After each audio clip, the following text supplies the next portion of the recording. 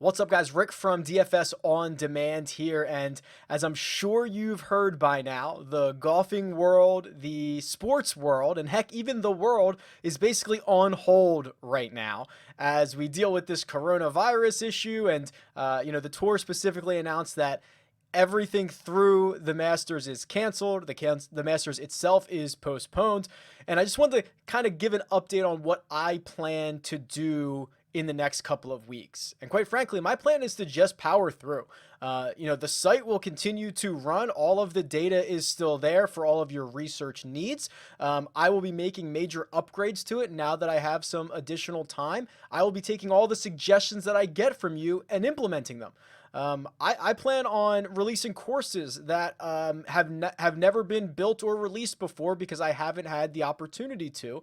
And I also plan on creating contests and content for subscribers and for everyone else who's not a subscriber as well in this time to continue to be of value to you. So if you do want to pause your subscription, feel free to reach out to me individually. I'll do it manually, but I believe I'm going to be able to create enough content and enough value for you over the next, handful of weeks for it to be worth the fee that you are paying. And one of the big things that I'm excited about is something that I've called Spreadsheet Golf.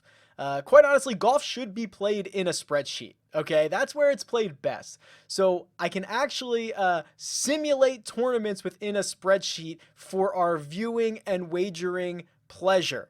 Here's a snippet of what I'm talking about. So let's see, currently at the moment, Kevin Chappell, scorching hot, along with Troy Merritt. Those two have jumped out to 3 under through 3. They are playing together today, so they must clearly be feeding off one another's energy. Luke List, Ryan Palmer, Rory Sabatini, all 3 of them birdied their first 2 holes, but card a par on their third. Louis Oosthuizen getting it going a little bit. He's now 2 under through 3. Let's check out the bottom of the leaderboard. Jim Furyk finally getting on a little bit on track here. He makes a birdie on his 3rd hole along with Matt Kuchar, Doc Redman, Brandt Snedeker, for example. But the guy's really struggling. Let's go down here. Boo Weekly. Tommy Fleetwood, the struggles continue for Tommy Fleetwood. He continues to play poorly on approach. 2 over through his first 3 holes. And here's something I didn't see coming. Sung J M, 1 over through 3. He's going to need to claw back, but luckily there are plenty of holes still remaining to do so. So let's see what happens on the 4th hole here. Oh, this is an exciting week of Spreadsheet Golf. That 69 does not count for Rory McIlroy. As always, it only becomes official after I drag down and simulate the entire field at once. These are now official. So let's plug them in and see where we stand. Oh, Kevin Chappell, Troy Merritt, they make bogeys on hole number 4. They give a shot back. Ryan Palmer as well. That 4th hole playing incredibly difficult today. How about that? All right, so here's what I will do is I've got this, model built in a spreadsheet where basically it's not a pure random number generator. While there is a random number generator involved in it, it is actually using each golfer's eagle rates, birdie rate, par rate, etc. To assign likely values to one another. So if Rory makes a birdie on a hole 30% of the time and somebody else makes it 15% of the time, they're both not being assigned birdies at the same rate. Even though the number generator is still being pumped in, the better players over time will actually rise to the top of this spreadsheet golf game. So it should be pretty cool and pretty fun. So what I will do is for this week, starting on Thursday, in lieu of a PGA tournament, will be round 1 of the Spreadsheet Golf inaugural event. I will be live streaming at 12 p.m. Eastern time on Thursday, Friday, Saturday, and Sunday, 1 round per day, where we will simulate the results, follow the action, and see how your teams are doing. That's right, your teams, because you're going to be able to enter into this contest. There will be an entry fee. At this point, I believe it's going to be $25. If that changes, I will make note of it. And you will enter through a Google form that is linked in the description. If you fill out that form and send me $25 on PayPal with your team in it, I will keep track of all the results and talk through them as we're going through the live streams.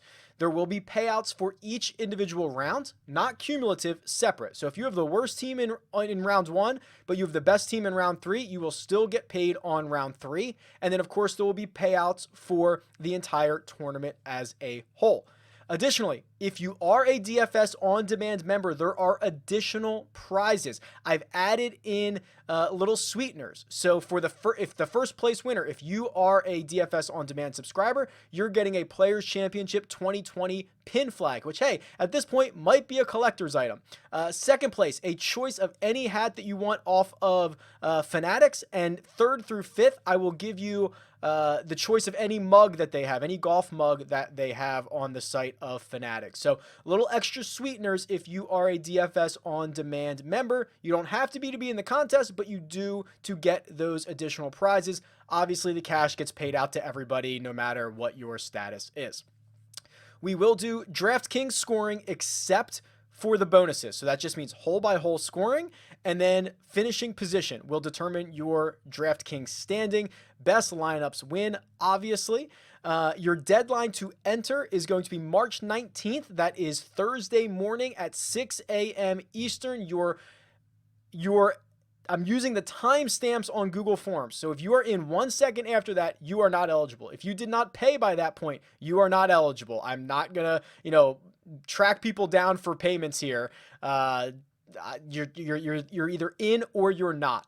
And then on 12 p.m. Eastern, Thursday, Friday, Saturday, Sunday, we'll sit down, we'll live stream this, we'll go through it together, and I think it'll be a lot more fun than it may seem right now. So that is just one thing.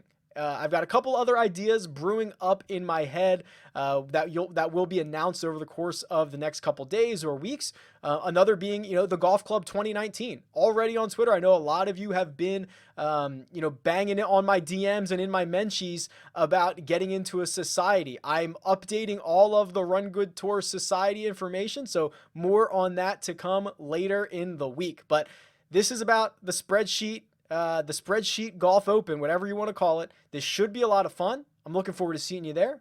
Best of luck.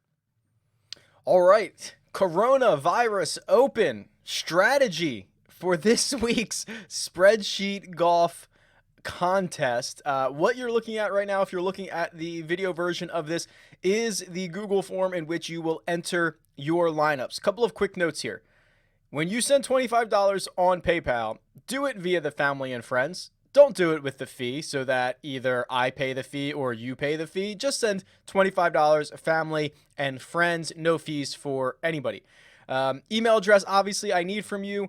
Have you paid? So don't enter until you've paid. That way I can reconcile these pretty easily. Are you a member of DFS On Demand? That gives you access to the additional prizes. I'm going to check this. If you say yes and you're not, I don't know. You're not going to get the extra prizes anyway, so don't be that guy. And then we've just got what your display name will be.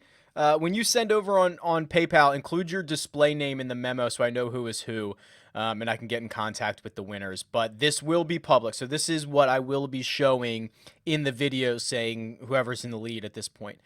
And then we've got 6 tiers here. And the way that I've done this is I've just kind of broken down, a handful of players in each tier. The first tier is 5 golfers: Rory McIlroy, Jon Rahm, Brooks Koepka, Justin Thomas, Dustin Johnson. Tier 2 is the next 10, it's a random sampling basically of the next 10 highest ranked golfers in the world. So it's Patrick Cantlay down to Tony Finau. Tier 3 is Matt Kuchar down to Ricky Fowler. Tier 4 is Francesco Molinari down to Jazz Janewattananond. Taz. Tier 5 is Matt Wallace to Bubba Watson. And then Tier 6 is Brendan Todd to Corey Connors. Not every single player in the official World Golf Rankings, like in that range, is in here because I need to have enough rounds on them this year to make the model. So you might see some like Henrik Stenson's not in the field. Tiger Woods for now is not in the field because of lack of data on them so far. So I wanted the model to be good. I wanted it to be accurate. So I needed to have some restrictions in there. All right. So when you're looking at this, also on the course key stats tool on DFS On Demand, I can't believe I'm ever going to say this.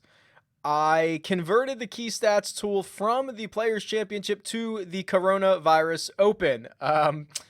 Never in a million years did I think we would be doing this, but I do have each of the tiers loaded in here, so you can go through these golfers and try to make some decisions or some good decisions on who you want to play. Now, I will tell you for the model, and I'm not going to participate in this contest, so I'm happy to give away as much information as possible, right? Like, I'm not keeping any secrets here, but I don't want to disclose the entirety of the model because I think it will be more fun if there is a little bit of randomness to it. But what I will tell you is that it does tend to mimic how often golfers make pars, birdies, eagles, bogeys, etc., right? So what I would consider doing is maybe looking at something like birdie average, and I can see the ranks here and what tier these golfers are in.